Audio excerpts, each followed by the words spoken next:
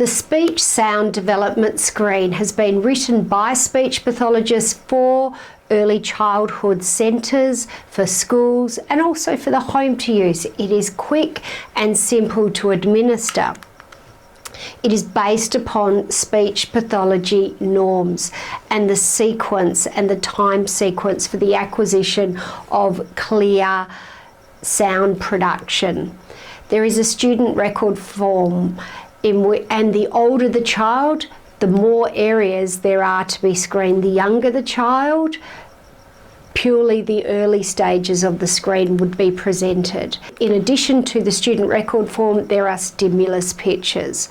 So some of the stimulus pictures for 3-year-olds, 3-year-olds should be able to pronounce the k sound, and the stimulus pictures elicit a k at a beginning, a middle and a final position in these target words. Some students will say it's a tar rather than car, having difficulty with k in that beginning position.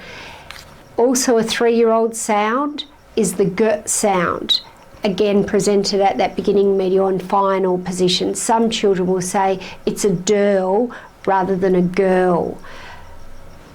An example of a 4-year-old sound is the l sound, and some students will say it's a weef rather than it is a leaf.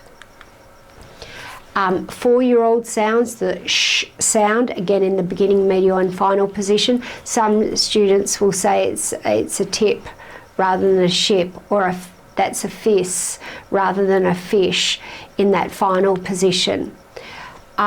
The sound is a 5-year-old sound. Again, only typically evident in the beginning and medial position in words. Some students will say it's a wabbit instead of a rabbit. A 6-year-old sound is the v, and some children will say it's seven rather than seven, and five. A 6-year-old sound are the consonant blends, or where 2 consonants go together. Some students will say nake instead of snake, or fog instead of frog, or flog as well. A 7 to 8-year-old sound is the f, unvoiced, thunder and teeth, or a voiced th. Sound as well can be elicited from these pictures. There is a nice checklist there to provide confidence when seeking an appointment with the speech pathologist, and also to look at whether there are further areas than purely just sound production that the speech pathologist should be aware of.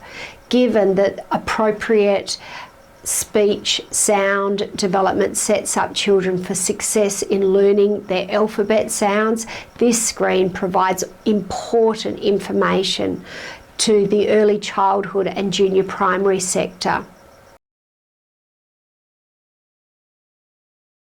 If you found this information useful, don't forget to click the subscribe button and check out our related videos shown here. If you have any questions or feedback, please add them to the comments below and we'll be sure to respond. Otherwise, you can reach us via live chat on our website, pld-literacy.org. Thanks again for viewing.